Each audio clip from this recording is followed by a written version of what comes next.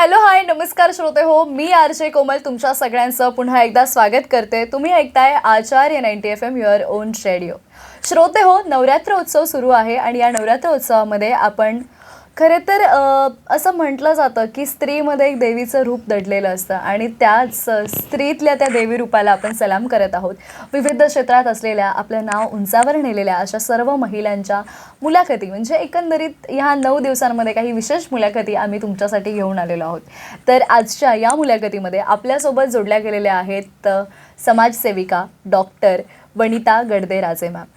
खरं तर असं म्हणतात, आपण या समाजामध्ये राहतो तेव्हा या समाजाचं आपण काहीतरी देणं लागतो. त्यामुळे आपल्यासारख्या आणखीन स्त्रियांना काहीतरी वेगळं करता यावं, स्वतःच्या पायावर उभं राहता यावं किंवा त्या पलीकडे जाऊन तिची आवड, तिचा छंद जोपासता यावा, यासाठी गेली 22 वर्ष ज्या या क्षेत्रामध्ये काम करत आहेत त्या वनिता गडदे राजे मॅम. माझं खरं तर खूप पर्सनल जवळचं नातं आहे, मी त्या या मुलाखतीमध्ये ते उलगडेनच. पण सुरुवातीलाच मॅडम तुमचं खूप खूप स्वागत आहे आचार्य 90 FM मध्ये. धन्यवाद सर्वांना, माझा नमस्कार. आणि नवरात्रोत्सवाच्या सुद्धा खूप शुभेच्छा. हो, तुम्हालाही. मला खरं तर आज जरासुद्धा दडपण नाही आहे की बापरे कसा इंटरव्ह्यू होणार आहे काय, कारण मला माहिती आहे एकदा जवळच्या व्यक्तीसोबत आजची ही मुलाखत असणार आहे. मुलाखतीला सुरुवात करूयात. तर मी मॅडमबद्दल सुरुवातीला तुम्हाला सांगू इच्छिते की श्री धनलक्ष्मी महिला मंडळ गेली 22 वर्ष ही संस्था त्या चालवत आहेत. म्हणजे अवघ्या काही महिलांपासून सुरू झालेला हा प्रवास आज तब्बल 6,000च्या घरामध्ये पोहोचलेला आहे. म्हणजे आमच्या श्री धनलक्ष्मी महिला मंडळासोबत तब्बल 6,000 महिला जोडल्या गेलेल्या आहेत. या श्री धनलक्ष्मी महिला मंडळाच्या त्या संस्थापक अध्यक्ष आहेत आणि त्याचबरोबर या मंडळामध्ये विविध प्रकारचे कार्यक्रम घेणं, म्हणजे महिलांसाठी वेगवेगळ्या स्पर्धा भरवणं, जसं की वर्षभरातून जवळपास 4 ते 5 प्रोग्राम हे महिलांसाठी असतात. मग महिलांसाठी त्यांना कुठेतरी एक पाठबळ मिळावं किंवा त्यांच्यातली जी आवड आहे ती जोपासली जावी म्हणून व्यासपीठ उपलब्ध करून देणं, अशा सगळ्या प्रकारच्या गोष्टी या श्री धनलक्ष्मी महिला मंडळाच्या माध्यमातून होत असतात. याहून अजून पलीकडे गेलं तर मॅडम स्वतः एक रायटर, डिरेक्टर आणि प्रोड्युसरसुद्धा आहेत आणि कोरिओग्राफरसुद्धा आहेत. तर रायटर, डिरेक्टर, प्रोड्युसर म्हणून अशी ही सुरू झालेली जर्नी आणि मग कुठेतरी आवड म्हणून GS सिने एंटरटेनमेंटची झालेली निर्मिती. GS सिने एंटरटेनमेंट प्रोडक्शन हाऊससुद्धा मॅडमचं स्वतःचं आहे. त्याच्या अंतर्गत नुकतीच एक चित्रांगणा म्हणून शॉर्ट फिल्म प्रसिद्ध झाली आणि तिला तब्बल 1 नव्हे 2 नव्हे तर या 2 वर्षांमध्ये 27 पुरस्कार असे मिळाले. तर अशा प्रकारचं वेगवेगळं काम आहे. मी कोरिओग्राफर म्हणाले कारण मॅडम स्वतः एक कोरिओग्राफर आहेत. मॅडमच्या अंडर अनेक महिला कोरिओग्राफी शिकलेल्या आहेत. मॅडमनी मला असं वाटतं दुबईमध्ये आपल्या लोककलेला प्रेझेंट केलेलं आहे. महाराष्ट्राची लावणी ती त्यांनी दुबईमध्ये सादर केली. अशा विविध स्पर्धांना त्या आउट ऑफ, म्हणजे महाराष्ट्राच्या बाहेर, राज्यांच्या बाहेर तर गेल्याच पण देशाच्या बाहेरसुद्धा ती आपली लोककला जोपासली आहे. तर अशा एकंदरीत या सगळ्याच गोष्टींचा आढावा आपण या आजच्या मुलाखतीमध्ये घेणार आहोत. आणि पुन्हा एकदा मी मॅडम तुमचं स्वागत करते आणि या मुलाखतीला सुरुवात करते. नक्कीच. मला असं विचारायचं आहे की फार वेगळा प्रश्न सुरुवातीलाच, कारण बऱ्याच वेळेला स्त्रीचं आयुष्य लग्न झाल्यानंतर किंवा लग्नाआधीसुद्धा असतं की एक ठरलेल्या साच्यामध्येच ती आपल्याला अडकवून घेते आणि ती तसंच आयुष्य जगायला सुरुवात करते. पण तुम्ही आउट ऑफ द बॉक्स जाऊन हा जो विचार केलात आणि या सगळ्या गोष्टींची सुरुवात केलीत, कशी आणि कुठून झाली या सगळ्या गोष्टींची सुरुवात? नक्कीच खूप छान प्रश्न आहे. आणि म्हणजे आता बघायला गेलं तर मी खूप मागे चाललेली आहे, खूप वर्षांपूर्वी. 22 वर्षांअगोदर. हां, कारण असं होतं की जेव्हा मी नोकरी करत होते तेव्हा मला जाणवलं की खूप सारं महिलांना जॉबमध्ये सुद्धा एक्सप्लॉयटेशन आहे. त्यानंतर स्वतःचा मी स्वतंत्रपणे उद्योग केला आणि त्यावेळेस मला फॉर्मर विलासराव देशमुख यांच्या हस्ते मला सन्मानित करण्यात आलं सर्वात लहान महिला उद्योजिका म्हणून. म्हणजे त्यावेळेस मला असं, म्हणजे तसं करताना मला कुठेतरी असं वाटलं की त्यानंतर लग्न झालं आणि लग्न झाल्यानंतर असं वाटलं की एक स्त्री म्हणून जर आपल्याला हे करायचं असेल तर हे जाणवलं कुठेतरी की महिलांना किती प्रकारचे प्रॉब्लेम्स आहेत आणि ते कसे कसे असू शकतात हे सगळं जवळून बघितलं.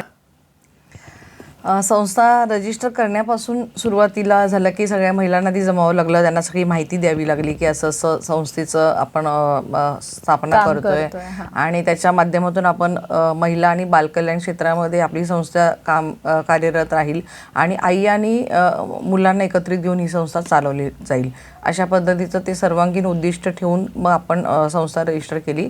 आणि संस्था रजिस्टर झाल्यापासून सुरुवातीच्या काळामध्ये असं झालं की महिलांना जमवण्यासाठी खूप कठीण होतं की एकत्रित आणण्यासाठी. मग त्यांच्यासाठी विविध क्लासेसच्या माध्यमातून आपण सुरुवात केली. त्यामध्ये mehndi, beautician, embroidering, baking, cooking अशा बऱ्याच आपण त्यांना प्रशिक्षणाला सुरुवात केली. संस्थेकडे कुठल्याही प्रकारची जागा उपलब्ध नव्हती, तरी आम्ही प्रत्येकीच्या घरामध्ये 25-25 जणींची गट करून अशा प्रकारचं महिलांना प्रशिक्षण देण्यात सुरुवात केली. त्या माध्यमातून महिला मग एकत्र यायला लागल्या आणि जवळ आल्यानंतर त्यांच्यातली सुखदुःख, त्यांचे प्रॉब्लेम्स हे सगळे आपल्याला समजायला लागले. आणि किंबहुना असं वाटलं की त्यांच्या ह्या समस्यांवरती सुद्धा आपल्याला काहीतरी काम केलं पाहिजे. म्हणजे त्यामुळे मग महिला एकत्रित आल्या, प्रशिक्षणाच्या माध्यमातून आल्या. त्यानंतर त्यांच्या मुलांसाठी आपण सिंगिंग क्लासेस आणि चित्रकला क्लासेस, वेस्टर्न डान्स क्लासेसचं आयोजन करायला सुरुवात केली. पण त्यासाठी आपण कुठल्याही प्रकारची फी घेत नव्हतो. फक्त नोंदणी फी केवळ घेऊन आपण अशा पद्धतीचे मुलांसाठी प्रशिक्षण वर्ग सुरू केले. आणि महिलांकडून पण कुठलीही वर्गणी घेतली जात नव्हती. फक्त त्यांच्या सर्टिफिकेट्सपुरते जे काय आहे, एक 5% ₹200 किमान एवढ्याच किमतीमध्ये आपण त्यांना प्रत्येक प्रशिक्षण शिबिरं त्यांच्यासाठी दिलेली आहेत. म्हणजे कुठल्याही प्रकारचं आर्थिक उत्पन्न कमवणं हा त्याच्यामागे कुठलाही हेतू नव्हताच. पण महिलांनी खऱ्या अर्थाने स्वावलंबी व्हावं.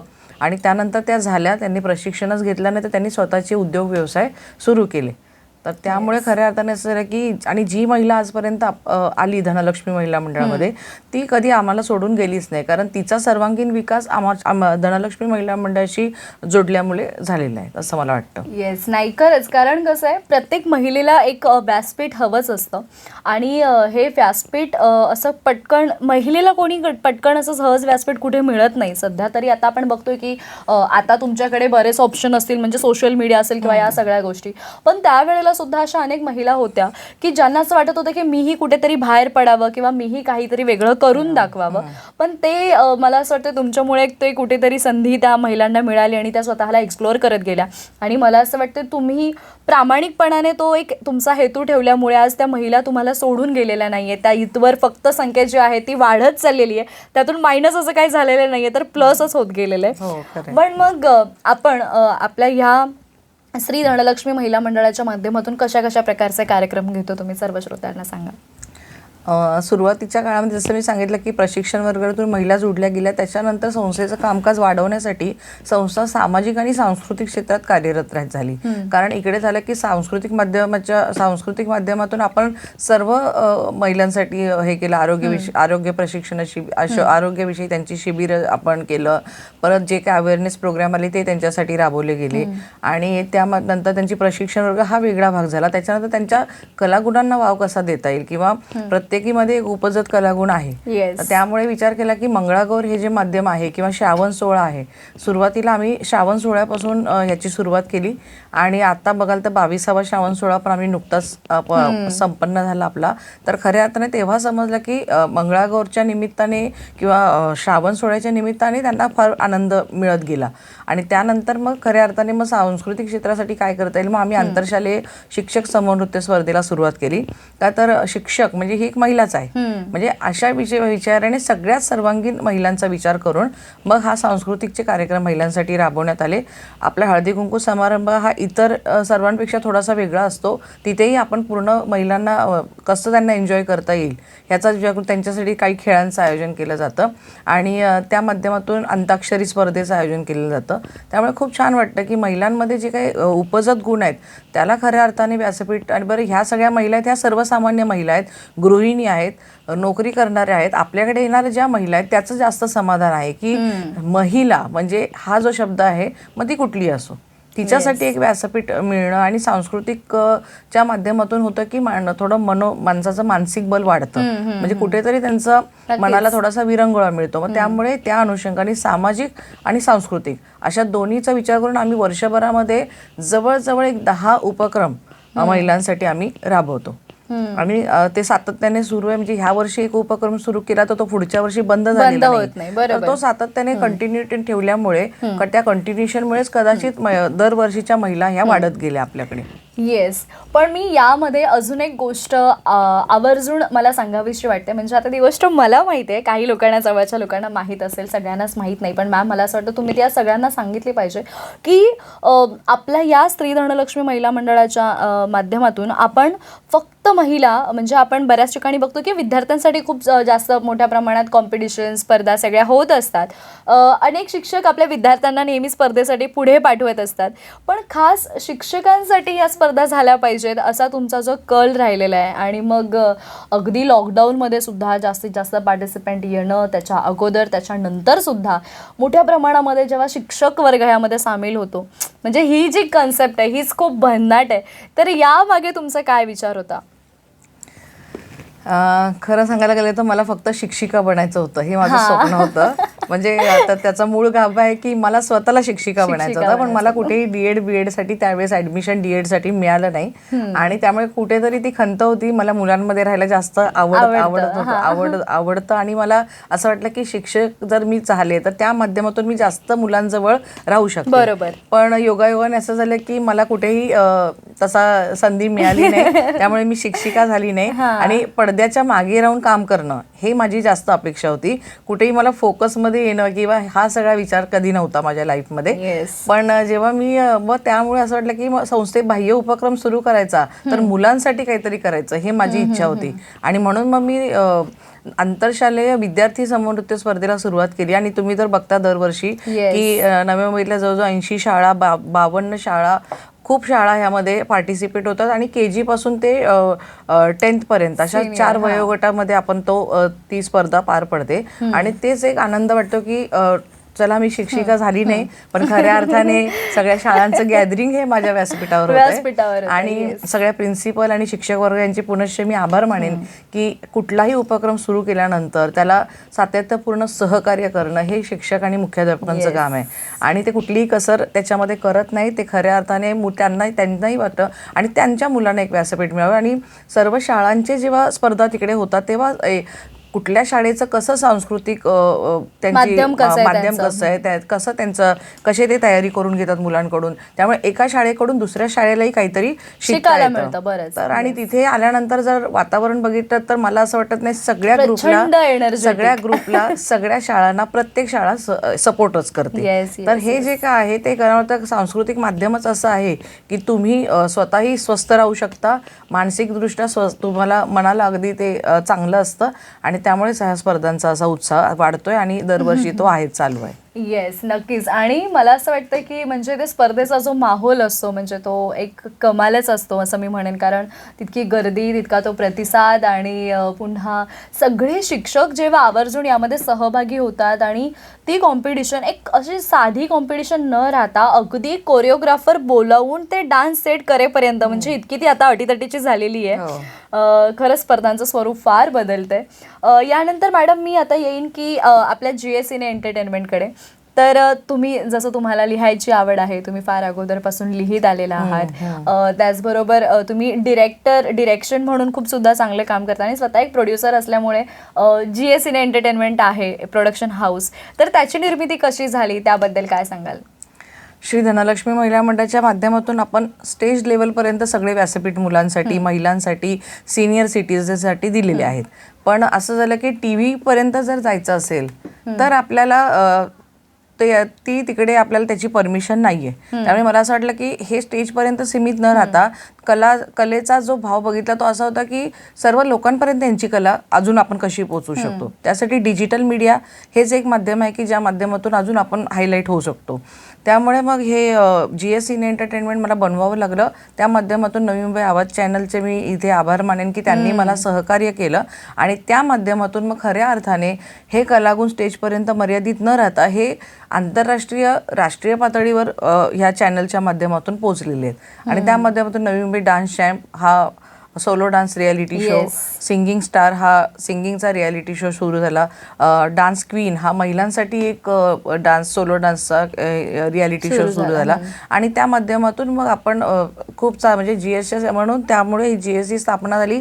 आणि मग तिथे त्या माध्यमातून पहिली जी शॉर्ट फिल्म आहे चित्रांगणा याची निर्मिती झाली आणि ती महिला सक्षमीकरणावरतीच मी बनवली. आणि खूप छान वाटतं. म्हणजे GSचं माध्यम असं आहे की त्यामुळे आपण TV पर्यंत रियालिटी शोज आपण त्या माध्यमातून करू शकलो. नाही, खरंच कमाल आहे या सगळ्या गोष्टी. म्हणजे आज आपल्यासोबत डॉक्टर वनिता गडदे-राजे मॅडम जोडल्या गेलेल्या आहेत. खरं तर मी मगाशीच म्हणाले मुलाखतीच्या सुरुवातीला की प्रत्येक स्त्रीमध्ये एक देवीचा कुठेतरी अंश असतो आणि मॅडमचा जो स्पार्क आहे की मला हे करायचं आणि ते मी करणारच, आणि ही जी जिद्द आहे तीच आजपर्यंत हे जे यश आता मिळतंय त्याच्यामागे हा तब्बल इतक्या वर्षांची मेहनत आणि खडतर प्रवास आहे. आणि अजूनही बऱ्याच गोष्टी आहेत. म्हणजे चित्रांगणाबद्दल तर अजून आपण जास्त बोलणारच आहोत, पण त्या व्यतिरिक्त त्या पलीकडे जाऊन मला मॅमचं ॲज अ कोरिओग्राफरचं म्हणून जे काही क्षेत्र आहे त्याविषयी बोलायला प्रचंड आवडणार आहे.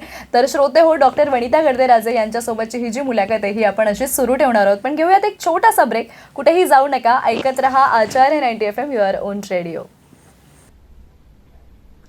हॅलो, हाय, नमस्कार श्रोते हो, पुन्हा एकदा छोट्याशा विश्रांतीनंतर मी तुमच्या सगळ्यांचं स्वागत करते. तुम्ही ऐकताय आचार्य 90 FM युअर ओन रेडिओ.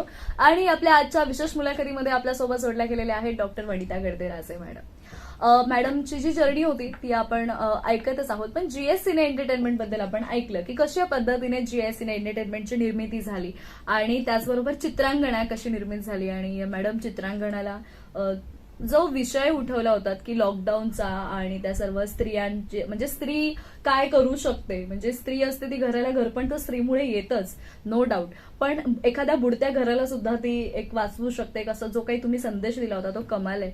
मी आता पूर्ण स्टोरी सांगणार नाही, अजूनही जर कोणी पाहिली नसेल तर ती नक्की जाऊन पहा तुम्ही. GS सिने एंटरटेनमेंट वरती ती आहे शॉर्ट फिल्म.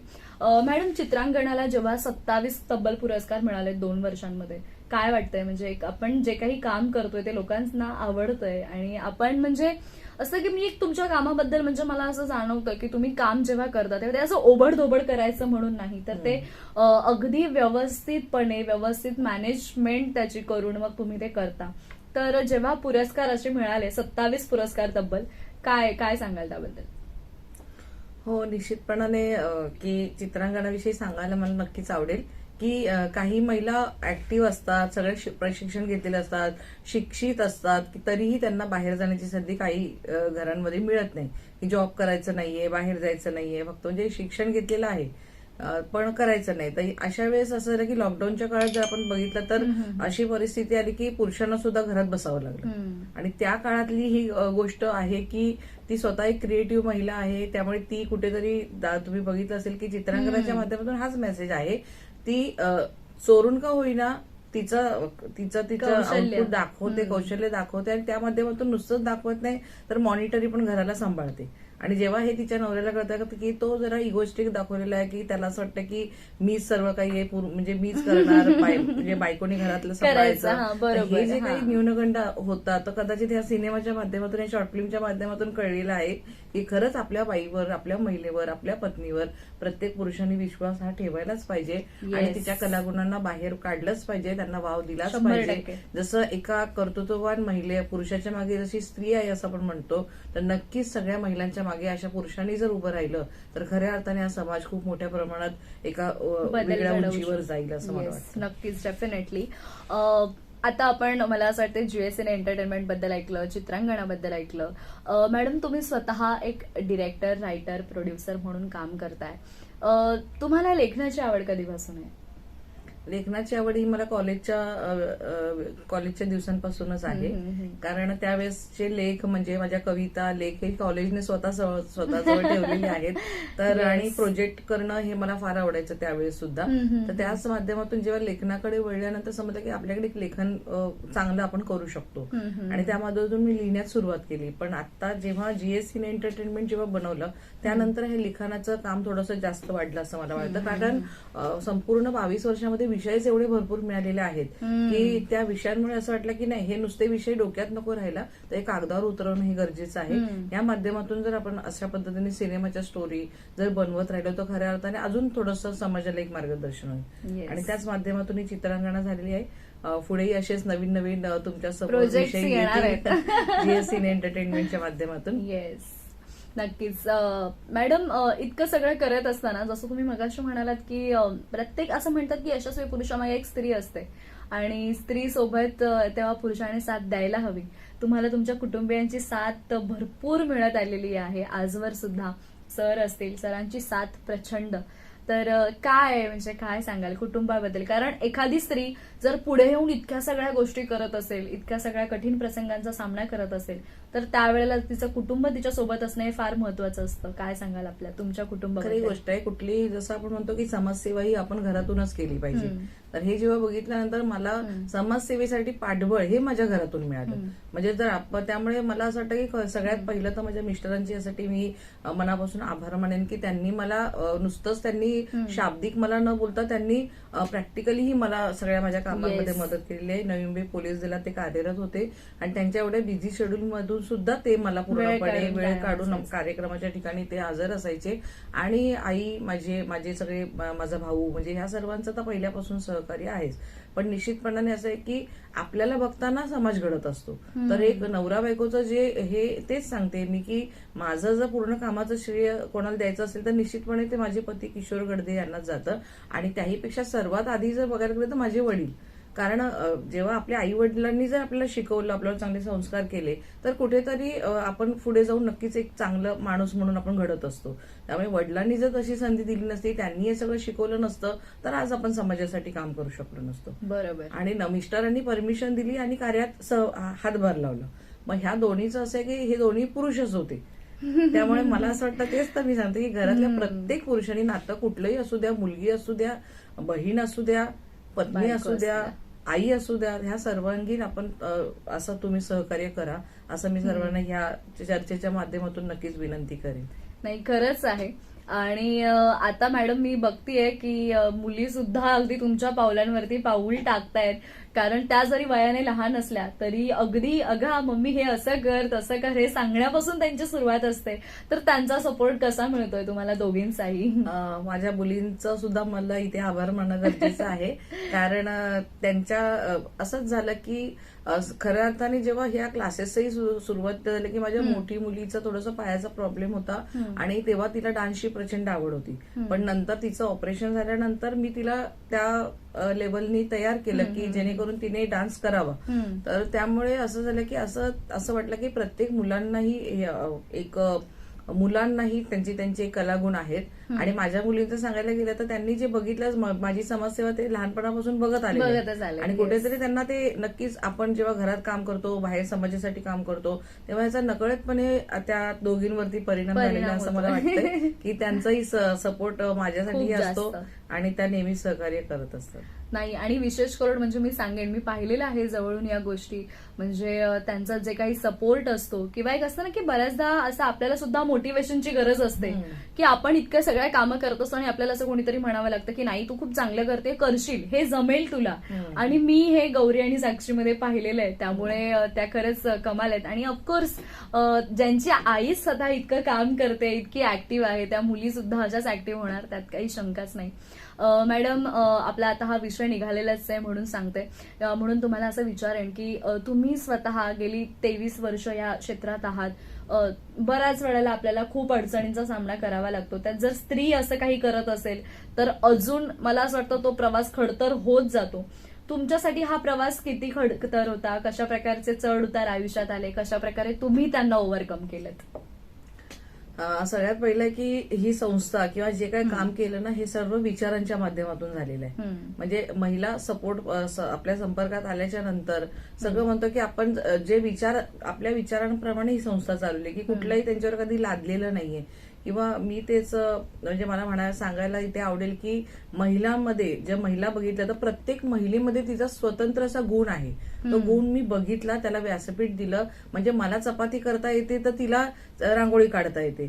अशी म्हणजे प्रत्येक महिला ही सर्व गुण संपन्न नाहीये, तर तिच्यामध्ये प्रत्येकीमध्ये एक स्वतःची स्वतंत्र कला आहे. तर ही शोध मोहीम जेव्हा झाली आणि ते खऱ्या अर्थाने कळलं की नाही आहे आणि ते बाहेर निघाले. ह्या कामाच्या माध्यमातून इतकं बाहेर निघालं की आज म्हणजे जर नावांचे फोल्डर्स तुम्ही बघितले तर अर्चना नावाच्या 100 जणी माझ्या फोल्डरमध्ये आहेत, तर रुपाली नावाच्या 150 आहेत, सीमा नावाच्या म्हटलं की एवढे नंबर आहे, कोमल म्हटलं की माझ्याकडे इतके नंबर आहेत. म्हणजे ते जे काही मला समाधान आहे की आई म्हणजे रिअली मला ते असं हे वाटतं की मी कधी असं स्वप्नात सुद्धा विचार केला नव्हता की एवढ्या सगळ्या नावांचे फोल्डर माझ्या संग्रही असतील. आणि खरंच सर्व महिलांचं या ठिकाणी मी मनापासून आभार मानते की माझ्या पुढे जाण्याच्या मागे किंवा मी पुढे नाहीये तर तुम्ही सगळ्याजणी माझ्या सोबत आहात, म्हणून कुठेतरी आज आपण एकत्रितपणे एवढं काम करू शकलो. तर आणि कारण खूप सगळ्या क्षेत्रातल्या महिला, इव्हन सिने अभिनेत्री असतील त्यांचंही मी आभार मानते, डेप्युटी कमिशनर असतील, पोलीस, ऍडव्होकेट्स, डॉक्टर्स, जेवढे धनलक्ष्मी महिला मंडळासोबत जुडलेले आहेत त्या सर्वांचे अँकर्स, त्या सर्वांचे मी या ठिकाणी आभार मानते.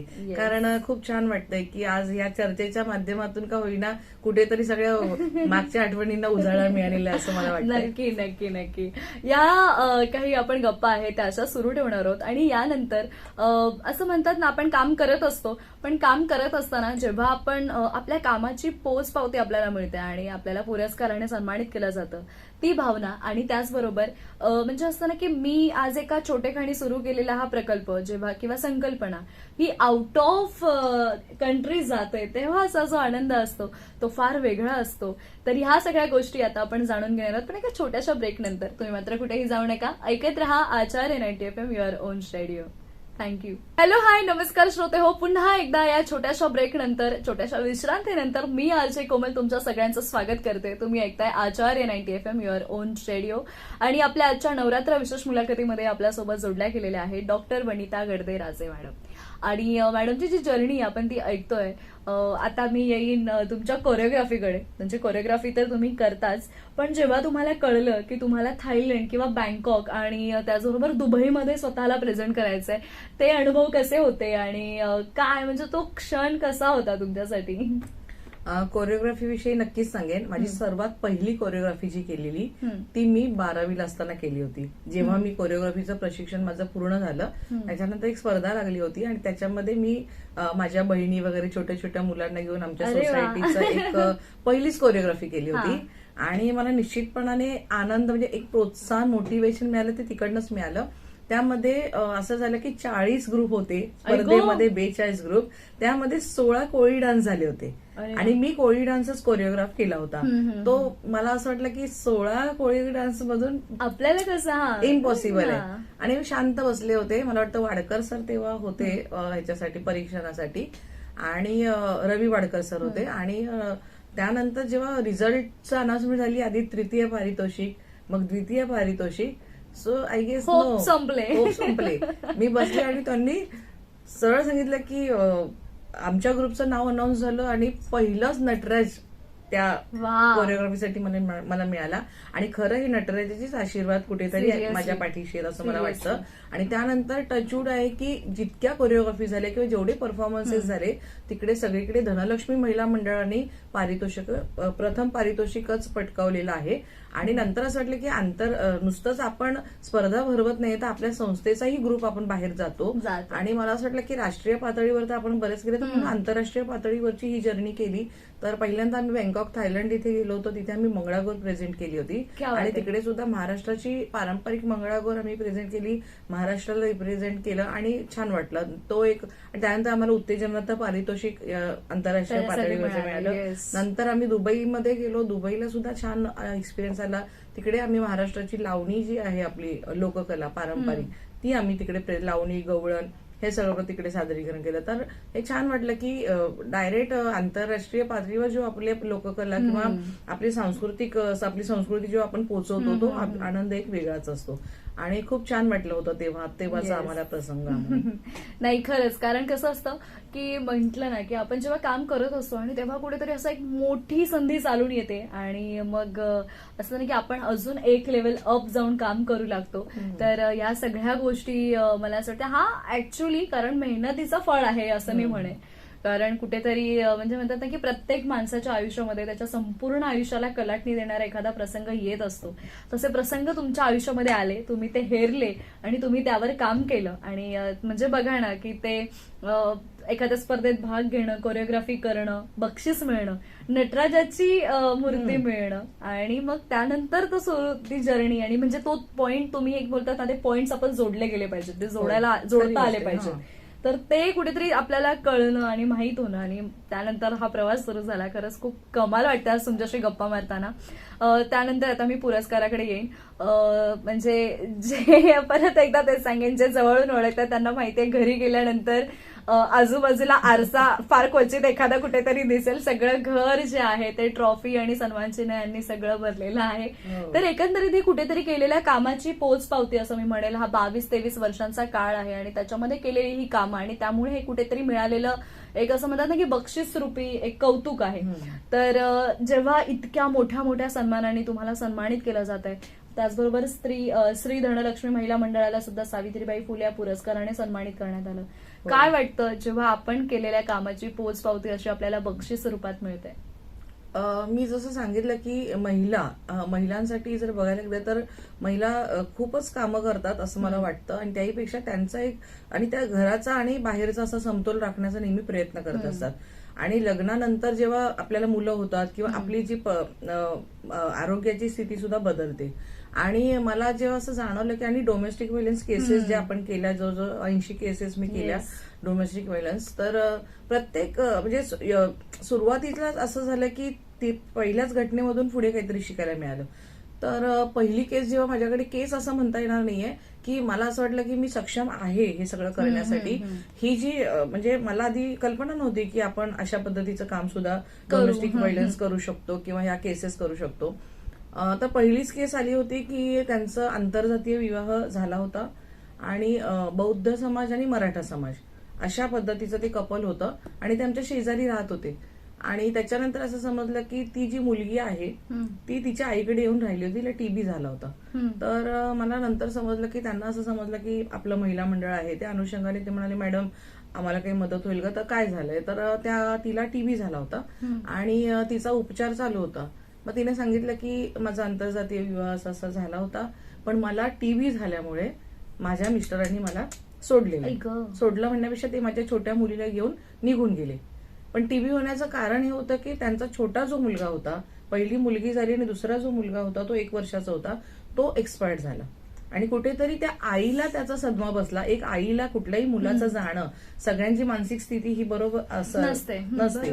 त्यामुळे तिला त्याचा धक्का बसून ती खूप रडली आणि त्या जास्त अति रडण्यामुळे तिच्या त्या सगळ्या शरीरावर परिणाम होऊन तिला तो टीबी झाला होता. मग अशा अवस्थेमध्ये त्याने तिला मदत करायला हवी होती, तिला सपोर्ट करायला हवा होता. कारण जेव्हा लग्न करायची वेळ होती तेव्हा तुम्ही दोघांनी संगनमताने ते लग्न केलं होतं. आणि जेव्हा ती व्यक्ती निघून गेल्याच्या नंतर मला समजलं, मग तिने ते खरं खरं सांगितल्यानंतर मी काही केलं नाही. मी फोन केला, मी त्याच्यातला एक माणूसत्व जागं केलं आणि जेव्हा तिचे रिपोर्ट बघितल्यानंतर मला लक्षात आलं की ही काय फार दिवस जगणार नाहीये. आणि हे सगळं मी जवळून बघतेय, पण मला असं वाटलं कुठेतरी हिच्या जाण्याच्या आधी हिला थोडंसं ते सुख मिळावं किंवा ती ह्याच्यातून बाहेर यावी. म्हणून मी तिच्यासाठी मला हे जेव्हा समजलं की ती आता खूप दिवस नाही, फार फार तर 2 महिने जगणार आहे, तर ते जेव्हा दुःख मी पचवलं किंवा तिचं जवळून मी तिची सेवा केली, मी तिची नुसतीच सेवा केली नाही, मग तिच्या मिस्टरांना मी फोन केला. त्यांना म्हटलं जर ही वेळ तुमच्यावर आली असती तर तुमची बायको तुम्हाला सोडून गेली असती का? बस ह्या एका प्रश्नाने तो माणूस एकदम हे झाला की आणि तो स्वतःहून म्हटलं जर तुम्ही नाही आलात तर मी पुढची कारवाई करेन. पण ते त्याच्या एका वाक्यामुळे तो आला. म्हटलं ती फार दिवसाची सोबतीन नाहीये, तेव्हा त्याला सांगितलं नव्हतं मी. पण त्यानंतर तो आल्याच्या नंतर ती ट्रीटमेंट केली आणि नंतर जेव्हा ती गेली तेव्हा तिला जी साडी होती ती मीच दिली. तर ते जे ती जी वेळ होती की त्या वेळेने हे शिकवलं की नाही, महिलांना माझी गरज आहे, पावलं पावली गरज आहे. आणि त्यानंतर मग मी ठरवलं नाही, जी पण महिला आपल्याकडे येईल धनलक्ष्मी महिला मंडळ, तिला नक्की आपण मदत करायची, तिच्या वेदना तिच्या व्यथा जाणून घ्यायच्या. म्हणजे ती गेली नाही, ती पुढच्या एवढ्या लोकांना माझ्यासाठी सोडून गेली की नाही तुला हे करायचंय. म्हणजे कुठेतरी तिचा तो, तिने मला अगदी शेवटच्या मी बरी होईल ना, मी तिला सांगायची नाही तू बरी होशील. आणि नवरा आल्यानंतर तिला होप्स आले, नाही मॅडम तुमच्यामुळे आला हो, तुमच्यामुळे माझा नवरा नाही तर तो आला. म्हणजे तिचा आनंद होता, ती जी जगली ते थोडे दिवस का असेना. तर हे खूप माझ्यासाठी महत्वाची गोष्ट आहे. खरंच संजय, डोळ्यात पाणी आलं. बऱ्याच महिला अशा प्रॉब्लेमला फेस करतायत आणि मला कायम असं वाटतं की महिलांना समजून घ्यायला पाहिजे. म्हणजे आपल्या प्रत्येकाच्या आयुष्यामध्ये चढ उतार येत असतात आणि या चढ उताराच्या वेळेला असं वाटतं की कोणीतरी स्त्रीच असे एक आपल्या सोबत असावी जी आपल्याला समजून घेईल. आणि ही घटना सांगण्याचं कारणच हे आहे, ही गोष्ट की ह्या गोष्टीने मी तर थांबलीच नाही, माझं काम तर थांबलंच नाही, पण मला वाटतं 80 संसार तुटण्यापासून वाचवले. आणि without police station, without court मी या सगळ्या केसेस केल्या. आणि खरी गोष्ट, लग्न ही मला वाटतं खऱ्या अर्थाने आयुष्यात एकदाच करावं माणसाने आणि ते निभवावं, असं माझं प्रामाणिक मत आहे. आणि त्याच्यानंतर जर पुरस्कारांचं बघितलं तर मला कुठल्याही पुरस्कारासाठी मी कधी आयुष्यामध्ये काम केलं नाही. पण जेव्हा हे लोकांना पोचलं, आपलं काम त्यांच्यापर्यंत 100% गेलं. नवी मुंबई महानगरपालिकेने आमच्या धनलक्ष्मी महिला मंडळाच्या कार्याची दखल घेतली आणि नवी मुंबई महानगरपालिकेचा क्रांतीज्योती सावित्रीबाई फुले पुरस्कार हा 2014ला मिळाला. तेव्हा मला खऱ्या अर्थाने वाटलं की आपण खरोखर स्तुत्यपूर्ण असं काम आपण समाजासाठी करतोय. आणि वैयक्तिक पातळीवर मला 27 पुरस्कार मिळालेले आहेत. त्याच्यात 5 राष्ट्रीय पुरस्कार, 2 आंतरराष्ट्रीय पुरस्कार आणि डॉक्टरेट ही युएससीची मला मिळाली. तर म्हणजे असं कुठलाही पुरस्कार हा महत्वाचा नसतो, तर खऱ्या अर्थाने आपण काम केल्यानंतरच हे सगळं आपल्याला ती एक पोच पावतीये, हेच खऱ्या अर्थाने आपण म्हटलं पाहिजे. येस, खरंच मला असं वाटतं आज ना आपण नवरात्र उत्सव साजरा करतोय. फक्त इतकं सगळं ऐकल्यानंतर ना मला फक्त इतकंच सांगावंसं वाटतंय की आपण जे बाहेर जाऊन मंदिरात जाऊन देवीची पूजा करतो, मंडळात जाऊन देवीच्या पुढे हात जोडतो, तोच रिस्पेक्ट, तोच आदर घरातल्या प्रत्येक स्त्रीला, प्रत्येक पुरुषाने द्यायला हवा. रादर मी तर म्हणेन एका स्त्रीने तो दुसऱ्या स्त्रीला द्यायला हवा. कारण आज मॅडम जे काम करतायत म्हणजे ते खरंच वाखाणण्याजोगं काम आहे. आज अगदीच डोळ्यात पाणी आलं, कारणही तसंच होतं की आपल्या आयुष्यामध्ये, आपल्या अवतीभोवती, आपल्या समाजामध्ये इतक्या घटना घडतायत आणि आपण सगळेजण अगदीच नॉर्मल राहतोय. म्हणजे प्रत्येकाला फक्त आपापलं देणं घेणं आहे. कोणी त्या लिमिटच्या बाहेर जाऊन एखाद्यासाठी इतकं नाही करत. पण आज तब्बल 1 नाही 2 नाही 80 अशा घटना मॅडमनी हे केलेल्या आहेत. कुठेतरी त्या चांगल्या गोष्टी झाल्यात आणि मला खरंच असं वाटतंय की अशी गरज आहे, समुपदेशन असं व्हायला पाहिजे समाजामध्ये आणि ते मॅडमच्या माध्यमातून होत आहे. फक्त हेच करताना हे म्हणजे फक्त समुपदेशनच नव्हे तर बाकी सगळे कार्यक्रम सुद्धा सुरू आहेत. ह्या सगळ्या गोष्टी अतिशय अजूनही ठामपणे करतायत. पण फक्त मी एक प्रेमाने फक्त मॅडमला इतकं सांगेन की तुम्ही स्वतःच्या तब्येतीची जास्त काळजी घ्या. कारण या सगळ्या धगधगीमध्ये आपल्या तब्येतीकडे कुठेतरी आपलं दुर्लक्ष होतं, तर ते फक्त होऊन देऊ नका. कारण एखाद्या स्त्रीला घर सांभाळून या सगळ्या गोष्टी करणं म्हणजे हॅट्स ऑफ आहे आणि आज मॅडम ह्या सगळ्या गोष्टी खूप चांगल्या पद्धतीने करतायत. तर खरंच वनिता मॅडम, तुम्ही आमच्यासारख्या तरुण मुलींना एक आदर्श आहात. कारण तुमच्याकडे पाहिल्यानंतर मग असं वाटतं की जर ही स्त्री एकटी जर आता अशी खमक्याने लढू शकते तर आपणही बऱ्याच गोष्टींचा सामना हसत खेळत आणि चांगल्या पद्धतीने करू शकतो. सो हे गट फिलिंग मला तुमच्याकडून नेहमीच मिळते आणि खरंच खूप चांगले काम करताय तुम्ही. आणि पुन्हा एकदा आपल्या श्री धनलक्ष्मी महिला मंडळाला, आपल्या जीएससीने एंटरटेनमेंटला आणि तुम्ही जे काही सामाजिक क्षेत्रामध्ये तुमची वाटचाल अशी ठेवलेली आहे त्याला माझ्याकडून आणि आमच्या आचार्य 90 FM कडून खूप खूप शुभेच्छा. जाता जाता महिलांना काय संदेश द्याल? सर्वात राहिलं ते महत्वाचं की आचार्य 90 FMचं मी या ठिकाणी मनापासून आभार मानते की त्यांनी मला ही संधी दिली. मला आज मला वाटतं खऱ्या अर्थाने माझ्या भूतकाळात, माझ्या वर्तमान काळात त्यांनी भविष्य काळात अजून नेलेला नाहीये. नक्कीच पुन्हा एकदा मला अशी संधी मिळेल आचार्य 90 FM वर येण्याची. आणि मी महिलांना एकच सांगेन की सर्वात प्रथम आपण एक माणूस म्हणून जगलं पाहिजे आणि कुटुंबातील सासू असू किंवा आई असू, मला असं वाटतं खऱ्या अर्थाने जर आपण सगळ्यांना समान पद्धतीने जर वागवलं, प्रेमाने वागवलं, तर हेच आहे. तर ह्याचं एक आहे की जर मी असं स्पष्ट शब्दात सांगते की एखाद्या छोट्याशा कुत्र्याच्या पिल्लाला जरी आपण जर जीव लावला तर ते आपल्या पाठीपाठी पळत असतं. आणि तसंच माणसाचं आहे. जर आपण प्रेम दिलं तर निश्चितच भरभरून प्रेम आपल्याला मिळेल. हे मी अनुभवलेलं आहे, हे मी जगलेली आहे. त्यामुळे मी सांगेन की सगळ्यांनी हा प्रेमाचा हा छोटासा जर तुम्ही सगळ्यांसाठी समान प्रेमाची जर व्याख्या ठेवलीत तर खऱ्या अर्थाने तुमच्या कुटुंबाला तुम्ही एक कुटुंबासाठी स्वतः तुम्ही एक आदर्श बना.